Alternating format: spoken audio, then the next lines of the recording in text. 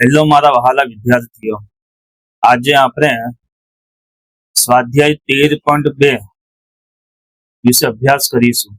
અગાઉના વિડીયોમાં આપણે સ્વાધ્યાય 13.1 ના મધ્યકના દાખલા જોયા હતા, જેમાં મેં ત્રણ મેથડના બધા જ દાખલા તમને સમજાવી દીધા છે ખૂબ જ સરસ રીતે. જો તમે અગાઉનો વિડીયો ન જોયો હોય તે તમે જોઈ લેજો. એમાં મેં 6 દાખલા ગણાવ્યા હતા. દાખલા નંબર 1, 2, 3, 7, 8, 9 અને 4, 5, 6 એ તમે જાતે કરજો. ખૂબ જ ઈઝી છે. તમે મારા વિડીયો જોઈને એ 4, 5, 6 મોડે દાખલા ગણીશું, તમને આવડી જશે. ખૂબ જ ઈઝી સમજો, એટલે તમે જોઈ લેશો. હવે આજે આપણે ચાલુ કરીશું સ્વાધ્યાય 13.2 બહુલકના દાખલા. ખૂબ જ ઈઝી છે અને ખૂબ જ ઈઝી મેથડથી તમને કરાવીશ, એટલે તમે ધ્યાન રાખજો, વિડીયોને સ્કીપ ના કરતા. ઓકે, તો મારી પાસે જૂની બુક છે એટલે અહીંયા સ્વાધ્યાય 14.2 લખેલું છે. તમારી પાસે જે નવી બુક હશે એમાં સ્વાધ્યાય 13.2 લખેલું હશે. એમાં આપણે પહેલો દાખલો જોઈએ કે નીચેનું કોષ્ટક 1 વર્ષ દરમિયાન એક દવાખાનામાં દાખલ થયેલા દર્દીઓની ઉંમર દર્શાવે છે. અહીંયા માહિતી આપેલ છે, ઉંમર વર્ષમાં, અહીંયા વર્ગો આપેલ છે, દર્દીઓની સંખ્યા અહીંયા આપેલ છે. ઉપર આપેલ માહિતી માટે બહુલક અને મધ્યક શોધો. કેન્દ્રીય મધ્યવર્તી સ્થિતિના આ બે માપોની સરખામણી અને અર્થઘટન કરો. તો આ દાખલામાં આપણને બહુલક અને મધ્યક બંને કીધું છે, પરંતુ આપણે ફક્ત બહુલક જ શોધીશું. મધ્યક તો આપણે શીખી લીધા. જો તમારે કરવું હોય તો તમે કરી શકો છો. ઓકે, આપણે બહુલક ખાલી શોધીશું. ચાલો હવે અહીંયા ધ્યાન. હવે જો એક્ઝામમાં આ રકમ આપેલ હશે તમને, હવે તમારે આ બોક્સ બનાવવાની જરૂર નથી. એક્ઝામની અંદર તમારે બોક્સ બનાવવાની જરૂર નથી. બોક્સમાં તમારે શું જોવાનું છે કે દર્દીઓની સંખ્યા કયા વર્ગમાં સૌથી વધારે છે એ તમારે જોવાનું છે. બહુલકના દાખલામાં તમારે સૌપ્રથમ એ જ જોવું પડશે કે ભાઈ દર્દીઓની સંખ્યા જે FI છે તે એમાં આવૃત્તિ કયા વર્ગમાં સૌથી વધારે આપેલ છે. તો આપણે જોઈ શકીએ છીએ કે 23 એ સૌથી વધુ છે. ઓકે, તો ફરી તમારે શું કરવાનું કે અહીં લખવાનું, હું રકમ નાખું, 1 નંબર લખું છું. અહીં મહત્તમ આવૃત્તિ કઈ છે? 23 છે. ઓકે, તેથી બહુલક વર્ગ હવે આ 23 કયા વર્ગમાં આવે છે?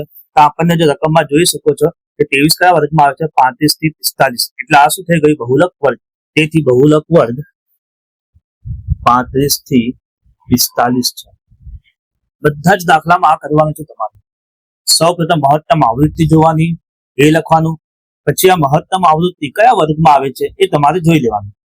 ઓકે, હવે તમને ફોર્મ્યુલા આપવી જોઈએ. તો ફોર્મ્યુલા તમને ખબર છે શું છે? ઝેડની. અહીંયા લખવાનું કે Z equal L plus F1 minus F0 upon 2F1 minus F0 minus F2 કૌંસ પૂરો ગુણ્યા H. હવે આપણને બધી માહિતી ખબર હોવી જોઈએ કે L કોને કહેવાય, F1 કોને કહેવાય, F0 કોને કહેવાય, 2F1 minus F0 minus F2 કોને કહેવાય, H કોને કહેવાય. તો તમારે શું કરવાનું? પરીક્ષાની અંદર તમારે જે રકમ આપેલ હોય ને એમાં પેન્સિલથી લખી લેવાનું. ઓકે, તો પેન્સિલથી તમારે લખી લેવાનું શું? તો જો આ થઈ ગયું તમારું F1, આ શું થઈ ગયું? F1, આ થઈ ગયું F0 અને આ થઈ ગયું F2, આ થઈ ગયું.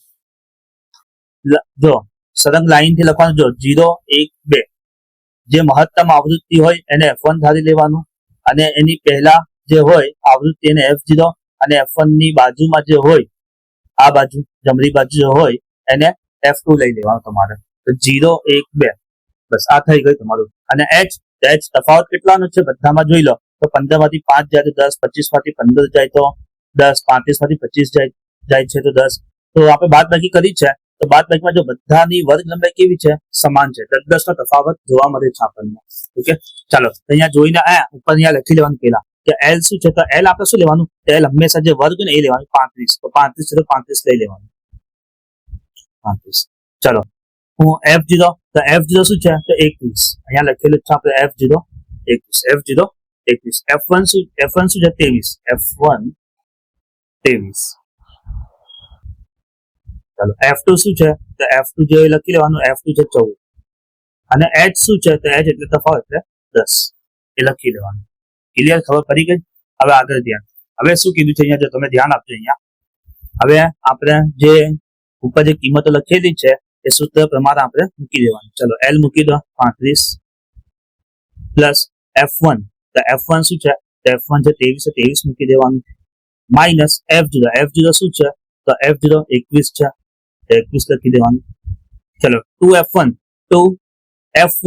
F1 એટલે 23, તો 23 મૂકી દેવાનું. 2F1 નો મતલબ શું થાય? 2F1 નો મતલબ થાય 2 અને F1 નો ગુણાકાર. તો અહીંયા કૌંસમાં તમારે લખી દો 23 અથવા તો ગુણાકારની સાઇન પર તમે કરી શકો છો. માઇનસ F0 શું છે? તો F0 લખી દેવાનું 21. ચલો F2 શું છે? તો F2 છે 14, તો 14 લખી દેવાનું તમારે. કૌંસ પૂરો ગુણ્યા H, તો H આપણે લખેલું છે 10, તો 10 લખી દેવાનું. ક્લિયર? ચાલો હવે અહીંયા ધ્યાન. 35 પ્લસ 23 માંથી 21 જાય તો 2. 23 દુ 46, તો 46 મૂકી દેવાનું. માઇનસ 21 માઇનસ 14 ગુણ્યા 10. ચલો 35 પ્લસ ચલો 2 નું 2. પછી શું કરવાનું? 46 માંથી 21 આપણે બાદ બાકી કરવાની. એ 46 માંથી 21 જાય તો જો અહીંયા કરું છું સાઈડમાં તમને દેખાય છે 46 માઇનસ 21. 46 માંથી 21 6 માંથી 1 જાય તો 5, 4 માંથી 2 જાય તો 2. ઓકે. પછી જો 46 માંથી 21 ની બાદ બાકી કરી તો જવાબ શું આવ્યું? 25. હવે 25 માંથી 14 બાદ કરી નાખવાનું, માઇનસ 14. 5 માંથી 4 જાય તો 1, 2 માંથી 1 જાય તો 1. રફ કામમાં તમારે પાછળ કરવાનું એક્ઝામ ની અંદર. પછી અહીંયા 11 લખી દેવાનું ગુણ્યા 10. પછી 35 પ્લસ ચાલો હવે શું કરવાનું? હવે જો આ બંનેનો ગુણાકાર કરી નાખવાનો. 2 દાન 20 છેદમાં 11. ક્લિયર? હવે ફરીથી અહીંયા 35 નું 35 પ્લસ જો 20 માંથી 11 ના જાય, 20 ભાગ્યા 11 કરવાનું છે. સોરી, 20 માંથી 11 ને 20 ભાગ્યા 11. તો આપણે શું કરવાનું? ભાગાકાર કરવું પડશે. જે ઉપર સંખ્યા હોય એને ક્યાં લખવાની? અંદર. અને જે નીચે 11 હોય, જે નીચે સંખ્યા હોય એને ક્યાં લખવાની? બહાર ભાગાકારમાં. ક્લિયર? ચલો હવે 11 નો ઘડિયો બોલવાના આપણે. ચલો 11 એકા 11, 11 તો 22, તો 22 તો વધી જાય છે, તો આપણે શું લેવાનું? 11 એકા 11. 20 માંથી 11 જાય તો 9. પછી પોઈન્ટ મૂકીને અહીંયા 0. 11 અઠ્ઠા 88. ચલો 90 માંથી 88 જાય તો 2. પોઈન્ટ એક વખત મૂકી દીધું. પછી આપણે ગમે એટલી વખત 0 નીચે ઉતારી શકીએ છીએ. પછી 0, 11 એકા 11. 20 માંથી 11 જાય તો 9. પછી ફરીથી 0, 11 અઠ્ઠા 88. 90 માંથી 88 જાય તો 2. તો મેં તમને કીધું હતું કે પોઈન્ટ પછી 3 સંખ્યા આવી જાય ને એટલે આપણે સ્ટક થઈ જવાનું. ઓકે. જવાબ આપણે શું મૂકવાનું? તો 1.82. શું મૂકવાનું? 82. મેં તમને કીધું હતું કે પોઈન્ટ પછી ત્રીજી સંખ્યા 5 કે 5 થી વધુ હોય તો આપણે શું કરવાનું? પોઈન્ટ પછી જે બે સંખ્યા હોય એમાં 1 પ્લસ કરી દેવાનું, એટલે 1 વધારી દેવાનું. તો 81 ને 1 82.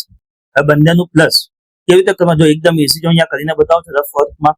35 પ્લસ 1.82. હવે તમને ખબર છે 35 માં પોઈન્ટ ક્યાં? 5 ની બાજુમાં. અહીંયા પોઈન્ટ મૂકી દેવાનું. પછી ઉપર 0, આની ઉપર અહીંયા 0, 2 ની ઉપર. પછી પ્લસ કરવાનું. 0 વત્તા 2 2, 0 વત્તા 8 8. પોઈન્ટ ની નીચે પોઈન્ટ જ આવે, બિલકુલ લાઈનમાં જ આવશે પોઈન્ટ. ધ્યાન રાખજો. 5 ને 1 6.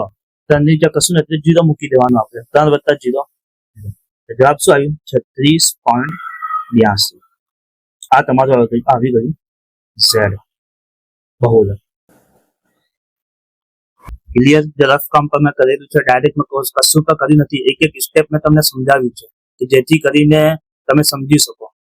ઓકે. હવે મેં તમને વારંવાર કહું છું કે તમારે નીચે એક લાઈન લખવાની, તો જ તમને પૂરા માર્ક્સ મળશે.